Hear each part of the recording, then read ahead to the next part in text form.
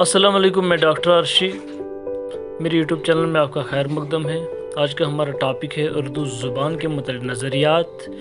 ये lecture BA 4 semester मेल उर्दू और मल्टी डिसिप्लिनरी सेकंड सेमेस्टर के लिए ज़रूरी है। ठीक है ना। उर्दू ज़ुबान के आगाज़ के मुतल्लिक़ नज़रियात। उर्दू जुबान चूंकि मिली जुली जबान है और इस जबान के हवाले से बहुत सारे नजरियात हमारे पास मौजूद हैं। इन्हें मुख्तलिफ मौक़िफ़ों ने, मुख्तलिफ रिसर्चर्स ने मुख्तलिफ वक्तों में अपने अपने नजरियात उर्दू के हवाले से पेश किए, है ना। कुछ लोग कहते हैं उर्दू दक्कन से पैदा हुई, कुछ लोग कहते हैं शुमाली हिंदुस्तान से पैदा हुई, कुछ लोग कहते हैं दिल्ली से, कुछ पंजाब से, कुछ किसी और जगह से। इन्हें जितने मौक़िफ़ उतने नजरियात। कुछ चंद एक दो नजरिए हमारे पास जो है, जो इंपॉर्टेंट है, उनको पढ़ने जा रहे हैं। अगर नजरियात की बात करेंगे, इनका आगाज की बात करेंगे, तो सबसे पहले हमारा पहला नजरिया जो है, जो आपकी सिलेबस में नहीं है लेकिन मैं हल्के से इस चीज पे बात करूंगा। पहला नजरिया जो है वो मीर अमन दहलवी का।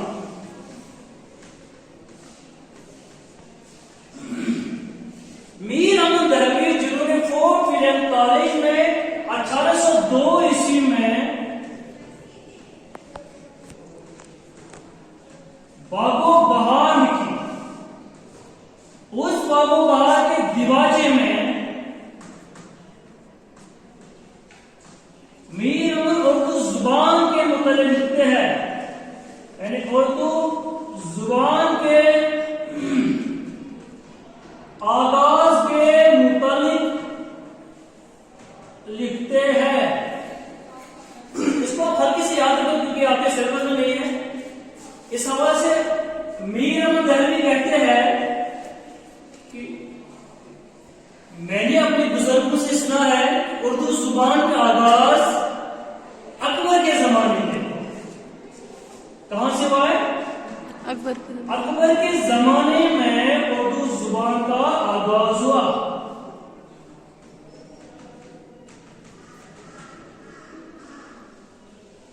बताओ सर, अकबर का जमाना क्या था? 1556, 16th सेंचुरी। मीर अमन दहलवी मानते हैं अकबर के जमाने में उर्दू जुबान का आगाज इस तरह हुआ है कि अकबर जब तख्त पर बैठ गए, चारों अतराफ से अकबर के चर्चे हो गए, क्योंकि अकबर को हिस्ट्री में अकबर द ग्रेट कहते हैं। पूरे हिंदुस्तान में इसके चर्चे फैल गए और पूरे हिंदुस्तान के मुख्तलिफ जगहों से अकबर के पास तरह तरह के लोग आते थे, या वजीर आते थे, या हुक्मरान आते थे, जो अलग अलग स्टेटों के हुक्मरान थे।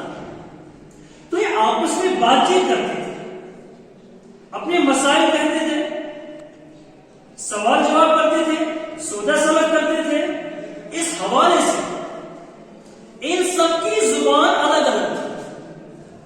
बात आगे समझ में?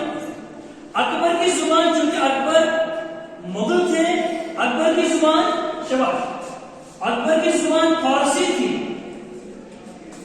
और वो जो लोग इसके पास आते थे, ये अलग अलग स्टेट से आते थे और इन सब लोगों की जुबान अलग अलग थी। मान लेते हैं कश्मीर से कोई बंदा गया तो उसकी जुबान, पंजाब से कोई बंदा गया तो उसकी जुबान, महाराष्ट्र से कोई बंदा है इसकी जुबान मराठी, सिंध से कोई बंदा है तो उनकी जुबान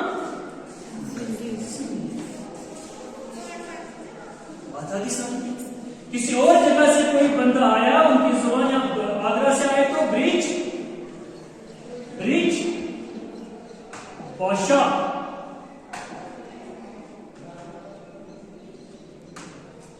बात आ रही कहां जाते हैं? अलग अलग जुबान के लोग अकबर के पास आते थे, बातचीत करते थे, अकबर के साथ बात करता ये भी करते थे।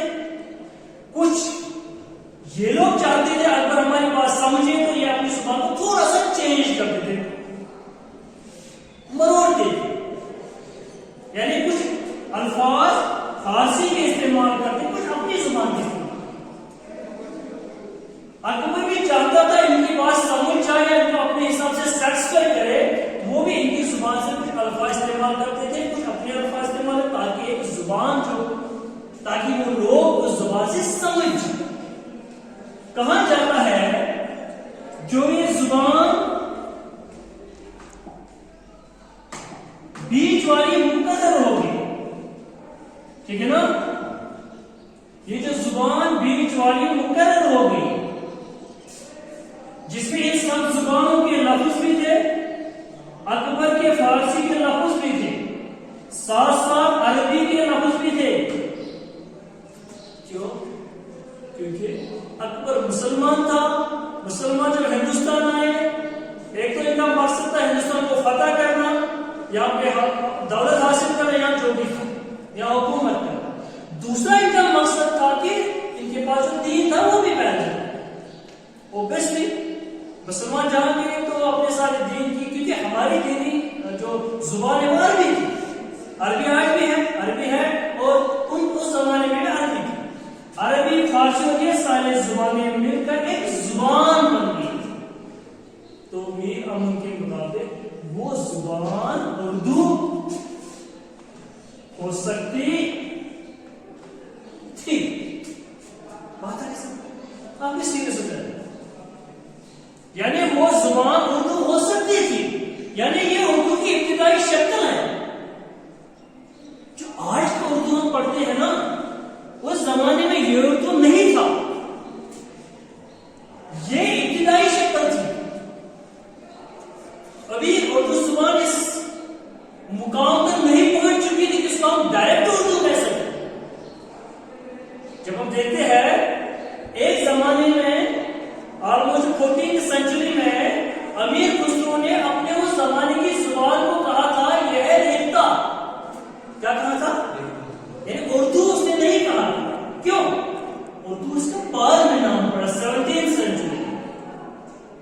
बता गया 18वीं सेंचुरी, बता गई समझ में? तो ये का पहला नजरिया। दूसरा नजरिया है, उसको कहेंगे मोहम्मद हुसैन आजाद। मोहम्मद हुसैन आजाद ने एक किताब लिखी है जिसका नाम है आब हयात। आब हयात में लिखते हैं उर्दू जुबान के बारे में, उर्दू जुबान के आगाज के बारे में कहते हैं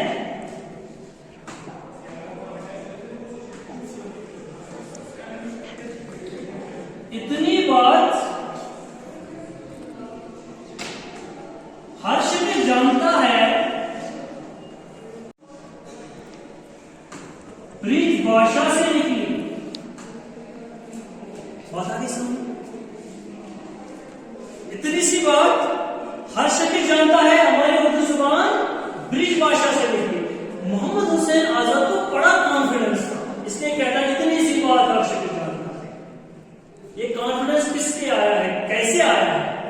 इनके मुताबिक शाहजहां ने, जहांगीर ने या अकबर के बाद इन्होंने जो अपना पाइतख्त था, जो उनकी कैपिटल सिटी थी, वो कैपिटल सिटी चेंज हो गई थी। ये कैपिटल सिटी आगरा पहुंची। शाहजहां और जहांगीर ने कैपिटल सिटी आगरा मुंतकिल की, और आगरा में उस जमाने में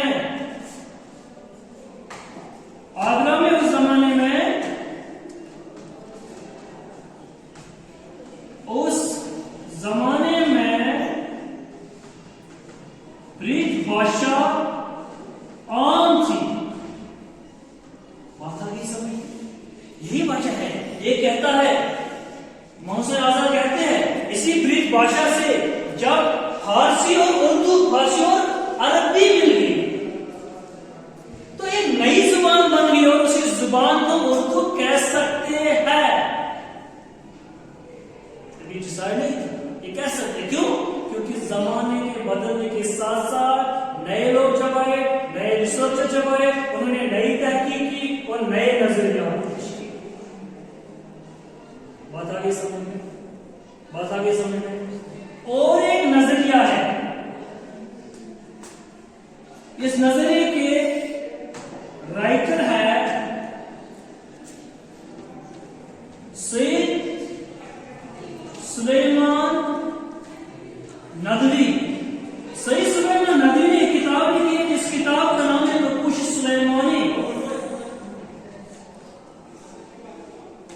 नकुश सुलेमानी। इस नकुश सुलेमानी में वो उर्दू जुबान के बारे में लिखते हैं। क्या लिखते हैं? लिखते हैं उर्दू जुबान का आगाज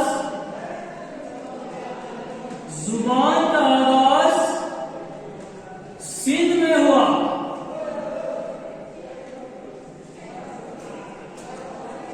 सईद सुलेमान नदवी ने सिंध को क्यों ठहराया कि आगाज यहां से हो? इसके पीछे एक लॉजिक ये है, जब हम हिस्ट्री को खोलते हम देखते हैं, क्या देखते हैं कि 712 ईस्वी में अरब का एक बंदा, एक जवान मोहम्मद बिन कासिम अरब से आता है, सिंध पे हमला करता है।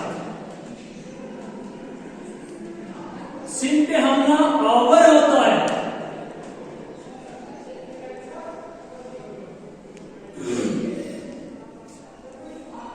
तो सईद सुलेमान नदवी का मानना है मोहम्मद बिन कासिम जब सिंध पहुंचे तो अंदाजन वो कहते कि अंदाजन हम अंदाजा लगा सकते हैं।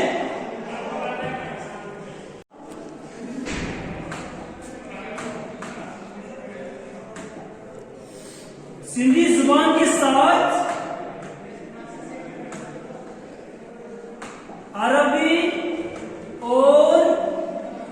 मिल चुकी हो, क्योंकि फारसी उनकी जुबान नहीं थी। अरबी मिल चुकी हो और यहां से एक नई जुबान का आगाज हो चुका होगा। वैसे कह रहा हो चुका होगा। सिंध और अरबी मिलकर एक नई जुबान बन चुकी होगी और उस नई जुबान को हम उर्दू की इब्तिदाई शक्ल कह सकते हैं। बात आगे समझ क्या कहते हैं?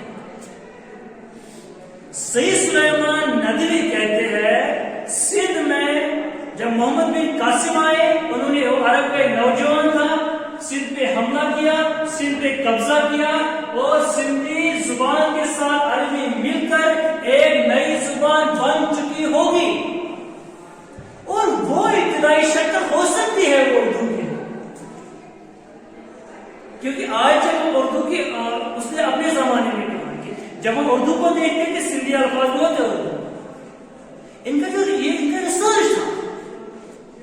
बात आगे समझ में?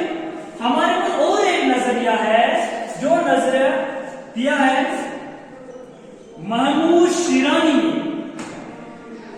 नजरिया दिया है महमूद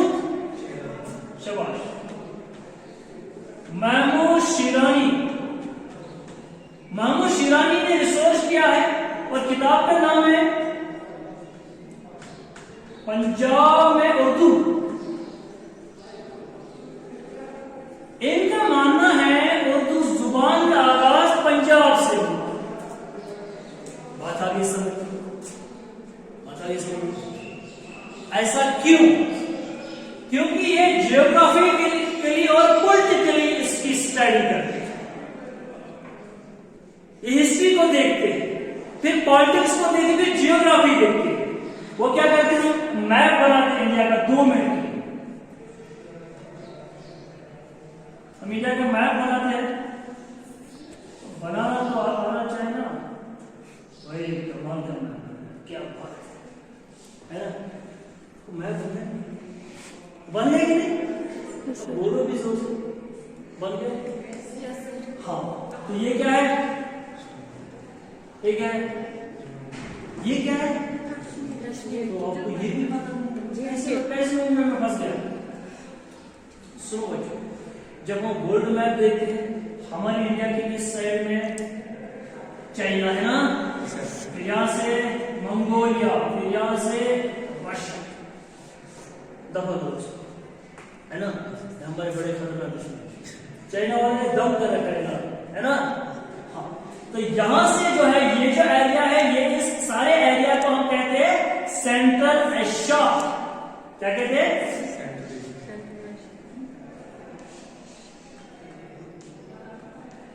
सेंट्रल एशिया इसको, इस सेंट्रल एशिया में मुसलमान है ना, इस सेंट्रल एशिया में बहुत सारे मुसलमान देश, जैसे पाकिस्तान है, अफगानिस्तान है, ईरान है, तुर्किस्तान है, उज्बेकिस्तान है, अजरबैजान है, बहुत सारे देश।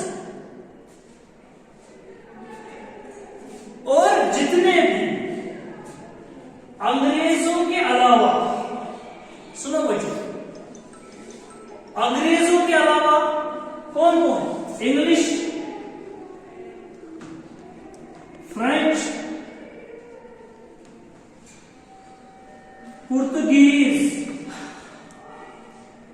डच, चार कौम ऐसे हैं जो हिंदुस्तान पे, जिन्होंने हिंदुस्तान पे कब्जा किया है, चार कौम ऐसे हैं जिन्होंने हिंदुस्तान पे कब्जा किया है, और वो चार कौम साउथ इंडिया से आए हिंदुस्तान पे हमला करने, कोलकाता, बॉम्बे, मद्रास, अंग्रेज वहां से आए, फ्रेंच वहां से आए, पुर्तगीज वहां से आए ना, ये सारे लोग वहीं से आ गए, ठीक है ना। लेकिन जितने भी बाकी लोग मुसलमान लोग आए, ये सारे लोग देखो कहां से आ गए, सेंट्रल एशिया से, मुस्लिम सेंट्रल एशिया में थे, तो हमारे हिंदुस्तान में यहां से हमला इन्होंने किया है, चाहे आमिर शाह अब्दाली है, चाहे महमूद गौरी है, चाहे मोहम्मद गजनी है, ठीक है ना, चाहे मकरूस है, तुगलक है, तुर्कुस है, जितने भी थे, इस सारे के सारे यहां से आ गए। तो जब हम मैप देखते हैं, यहां पे जो इलाका पड़ता है, उस इलाके को हम प्यार से पंजाब बोलते हैं, बोलते हैं पंजाब जिस साइड है ना, हिंदुस्तान और पाकिस्तान जब अलग हुआ तो आधा पंजाब पाकिस्तान के साथ, आधा पना हमारे हिंदुस्तान के साथ है, बात आगे समझ में। तो यहां से ये फॉरेनर्स आए थे, जब हिंदुस्तान ने जो कब्जा किया तो यहां से आए थे। तो महमूद शिरानी का मानना है, महमूद शिरानी का मानना है, जब ये लोग यहां से आ गए तो ओवैसे ये पंजाब में बहुत सालों तक ठहरे हुए, और इनकी जुबान अरबी और जो फारसी थी, अरबी फारसी, ये पंजाबी जुबान के साथ मिल चुकी होगी, और यहीं से उर्दू का आगाज हो चुका होगा। इसमें थोड़ा सा दम है, इस नजरिए में थोड़ा सा दम, क्योंकि ये पॉलिटिकली प्रूव है। डेफिनेटली यहां से आ गए, ओब्वियसली यहां पे आगे अपनी जुबान, उनकी जुबान डेवलप सब होती है ना। अगर हम बिहार जाएंगे ना 10-15 दिन, तो हम ये वहां से आने के बाद बिहार में बोलना शुरू होता है ना, एक विकसित इंसान होता है। कश्मीर की अलग एक प्रॉब्लम है, पता है आपको क्या?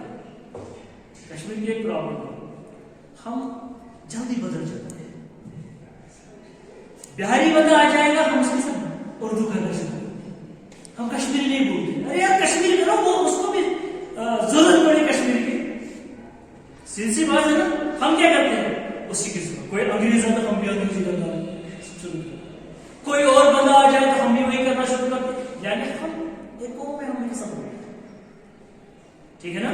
इसी तरह पंजाब में उस वक्त ये लोग विकसित हो चुके होंगे, एक नई जुबान बन चुकी होगी, और वो जुबान उर्दू की इब्तिदाई शक्ल हो सकती है। बात आगे समझ, एक और नजर पड़ेंगे, पढ़े, एक और नजर करो। टाइम क्या हुआ, टाइम क्या हुआ है अभी टाइम। एक और नजरिया है, वो है नसीरुद्दीन हाशमी का।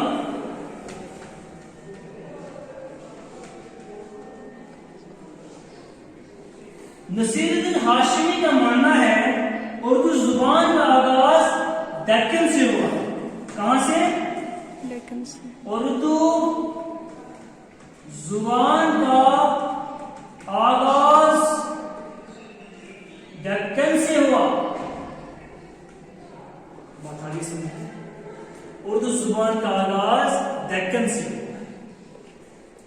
अगर हम देखेंगे, जब हम पहला सवाल करते हैं किसी भी उर्दू वाले से या स्टूडेंट से जिन्होंने पूरी तरह से उर्दू जुबान की स्टडी ना की हो, रिसर्च ना किया हो, उनको जब हम बोलते हैं उर्दू जुबान का आगाज कहां से हुआ, वो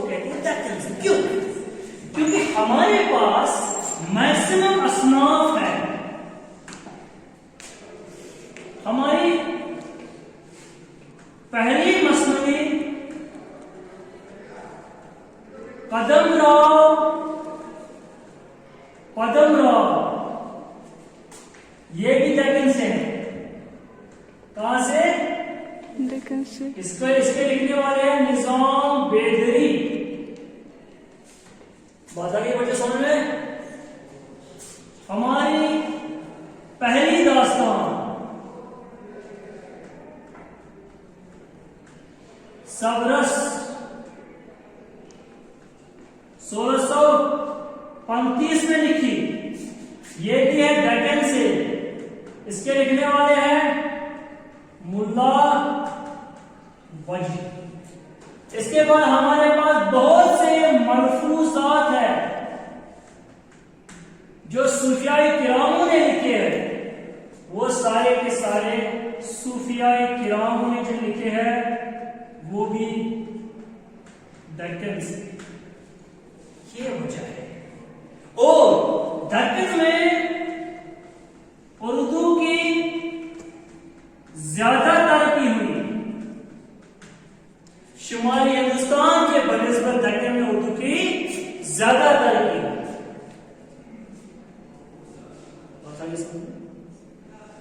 हमारा ज्यादा लिटरेचर डेक्कन से, और पहले सारा लिटरेचर डेक्कन में उर्दू जुबान तरक्की तब पा चुकी थी जब अभी हिंदुस्तान में, शुमाली हिंदुस्तान में फारसी का रिवाज था। ओ बच्चों, आपको डेक्कन आता है ना समझ?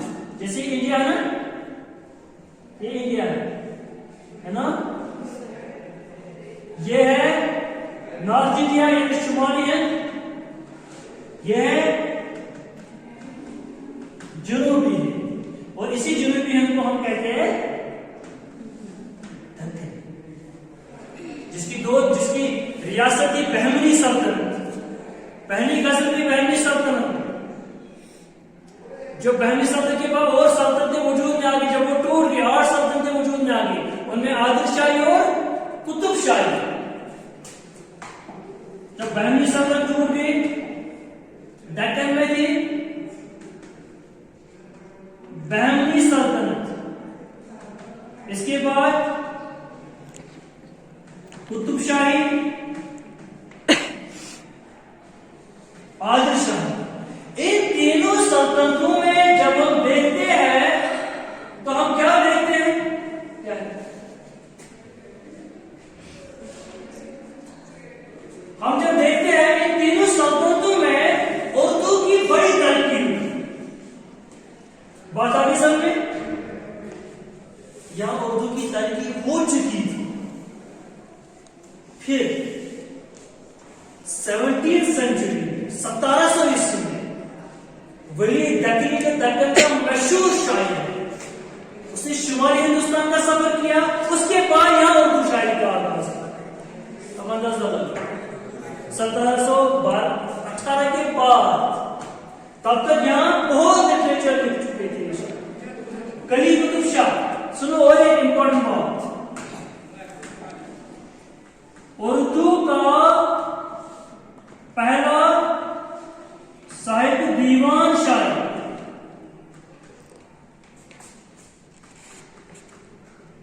कली कुतुब शाह, ये भी डेक्कन से। ये वजह है जब हम ये सारी चीजें देखते हैं, इन सारी चीजों को देखने के बाद हम यही कहते हैं, और नसीरुद्दीन हाशमी भी यही कहते हैं कि उर्दू जुबान का आगाज डेक्कन से।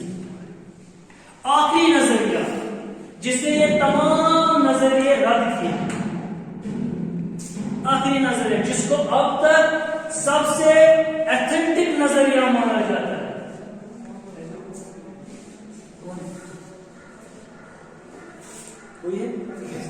हाँ, जिसको सबसे एथेंटिक नजरिया माना जाता है वो है मसूद हुसैन खान। मसूद हुसैन खान ने 1942 ईस्वी में अपना रिसर्च किया, पीएचडी किया, शायद दिल्ली यूनिवर्सिटी से। इन्होंने उर्दू जुबान के बारे में लिखा है। उर्दू जुबान का आगाज दिल्ली और अतराफ दिल्ली में हुआ। दिल्ली और अतराफ दिल्ली में हुआ, दिल्ली के आसपास गिरदुनवा वो लिखते हैं, यानी आसपास, यानी आसान और आपके लिए है, लिखा है अतराफ गिरदुनवा वो लिखते हैं ना, इसका नजरिया आपके पास होगा, किताब में होगा नजर। उसको एक्सप्लेन करेंगे ये क्यों कहते हैं, ये क्या कहते हैं। ये कहते हैं उर्दू जुबान का आगाज दिल्ली में हुआ है। कहां से? दिल्ली में। क्योंकि जब हम देखते हैं हमारे उर्दू का पहला शायर, उर्दू गजल का पहला शायर अमीर खुसरो दिल्ली से था।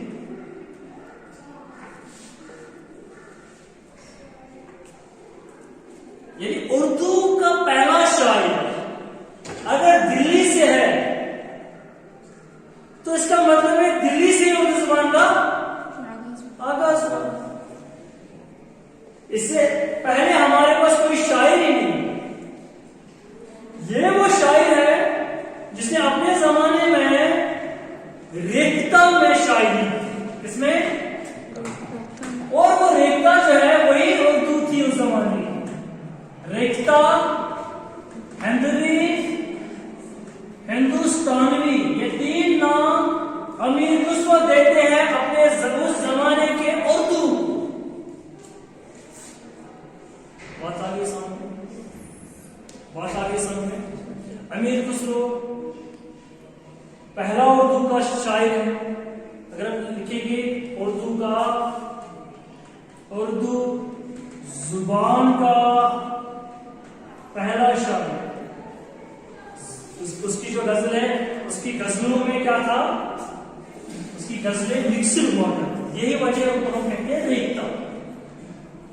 हिंदी के मिसरे, संस्कृत के या उस जमाने के जो मरोजन मंगवी थी मिक्स, उनकी एक गजल है जिसका ये है, जिहाले मिस्किन मकुन तगाफुल दुराए नैना बनाए बदे।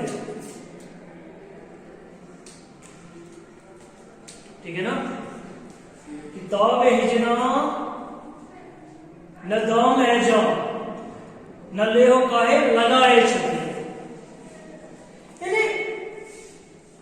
और मिश्रा है, सखी पिया को जो मैं ना देखूं तो काटो कैसे अंधेरी में। ये तो हमें समझ में आता है, लेकिन पहला हमें समझ में नहीं। जैसे कि पहला शेर है, जिहाले मिस्किन मकुन तवाफु जिन हाले मिस्किन। जिन देखो हाल, हालत मिस्किन गरीब का, समझ आता है। जिन लुक, हाल, हाल देखो मिस्किन गरीब का। जिहाले मिस्किन मकुन मत करो, डोंट, तगाफुल इग्नोर। ए मेरे महबूब मिस्किन का हाल देखो, इग्नोर मत करो। मकुन तगाफुल दुराए नैना, नजर को मत फेरो, बनाए बतिया बातें मत करो। बतिया बात की जमा, ये दक्कनी उर्दू है। आज भी दक्कन में बात की जमा बतिया, कलम की जगह कलमा, आगे बात समझ में। तो अमीर खुसरो कहते हैं, ए मेरे महबूब मेरा हाल देखो, मुझे इग्नोर मत करो। दुराए नैना, नैनों को फेरो मत, बनाए बतिया बातों को मत। मैं अपने महबूब से हाल बता रहा हूं, बोल रहा हूं, तो वो वहां से कुछ और ही बातें बता रहा, वो बातों को घुमा रहा कि मुझ में इतना ताब नहीं है कि मैं आपके बिन रह पाऊं। ये कौन कह रहा है? अमीर। अब अगर अमीर खुसरो उर्दू का पहला शायर है, फिर अमीर खुसरो के बाद 14th सेंचुरी के बाद 70th 80th सेंचुरी तक उर्दू का कहां पे खजाना?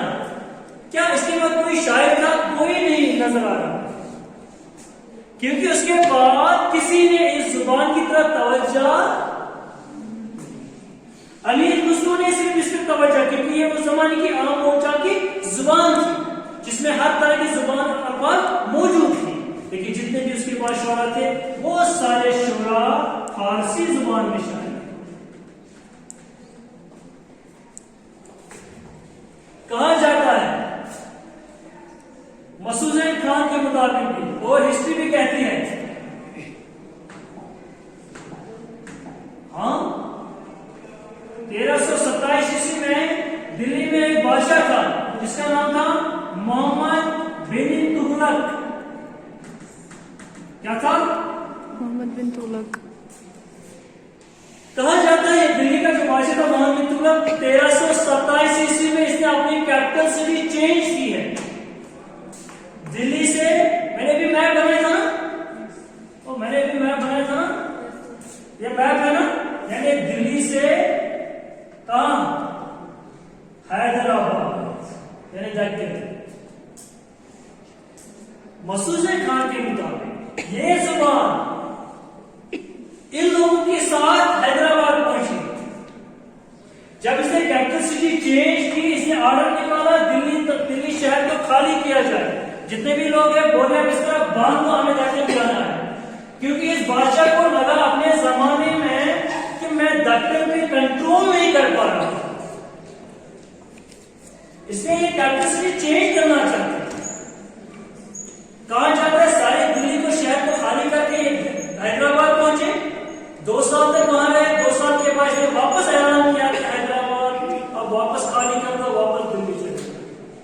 कहा जाता है ये जुबान जो दिल्ली में अभी नई बोलचाल की जुबान बन चुकी थी, ये इन लोगों की वजह से दक्कन पहुंची है, और मैक्सिमम लोग दक्कन से वापस नहीं आए। क्यों? क्योंकि बादशाही निजाम में क्या होता था पुराने जमाने में, वो ये होता था, ये बादशाह अपने वजीरों को बड़ी बड़ी जागीरें देते।